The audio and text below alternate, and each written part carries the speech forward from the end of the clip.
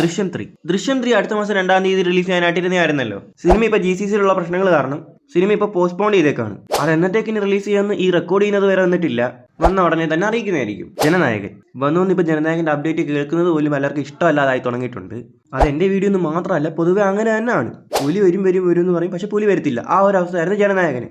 പക്ഷെ ഇപ്പോൾ വരുന്ന റൂമർ എന്താണെന്ന് വെച്ചാൽ, റൂമർ എന്ന് പറയാൻ പറ്റുന്നില്ല, അപ്ഡേറ്റ് ഇടുന്നു തന്നെ പറയേണ്ടി വരും. സിനിമ റിവ്യൂസിംഗ് കമ്മിറ്റി കണ്ടെന്നും അതിലൊരു സീനിൽ ലോകേഷും അറ്റ്ലിയും നെൽസനും മാധ്യമപ്രവർത്തകരായിട്ട് വന്നിട്ട് തലപതി കുറച്ച് ചോദ്യങ്ങൾ ചോദിക്കുന്നുണ്ട്. പൊളിറ്റിക്സിനെ പറ്റിയാണ് പലതും ചോദിക്കുന്നത് പോലും. ആ ചോദിച്ചത് പലതും ഇപ്പം മ്യൂട്ട് ചെയ്തെന്നാണ് അറിയാൻ സാധിക്കുന്നത്. പക്ഷെ ആ സീൻ എടുത്ത് കളഞ്ഞിട്ടുമില്ല. പിന്നെ എന്തിനാണോ അതെടുത്ത് വെച്ചേക്കുന്നത്? എന്തായാലും സിനിമ ഇലക്ഷൻ കഴിഞ്ഞിട്ട് റിലീസ് ചെയ്യത്തുള്ളൂ. പിന്നെ ഇവർക്ക് പ്രശ്നം അങ്ങനത്തെ ഡയലോഗ് വന്നാൽ പിന്നെ സിനിമയുടെ റിലീസിന്റെ ഭാഗത്തോട് നോക്കി കഴിഞ്ഞാൽ തലപതിയുടെ ബർത്ത്ഡേ പ്രമാണിച്ച് ജൂണിൽ എത്തുമെന്നാണ് പലരും വിചാരിച്ചിരിക്കുന്നത്. അതിന് ചാൻസ് വളരെ കുറവാണ്. കാരണം ടോക്സിക് ജൂൺ 4-ാം തീയതിയാണ് റിലീസ് ചെയ്യാൻ പോകുന്നത്. രണ്ടിന്റെ സെയിം പ്രൊഡക്ഷൻ കമ്പനി ആയതുകൊണ്ടും ഇപ്പൊ തന്നെ അവർക്ക് വലിയ ലോസ് ഉണ്ടായതുകൊണ്ടും ഒരുമിച്ച് എന്തായാലും ഇറക്കാനേ പോകുന്നില്ല.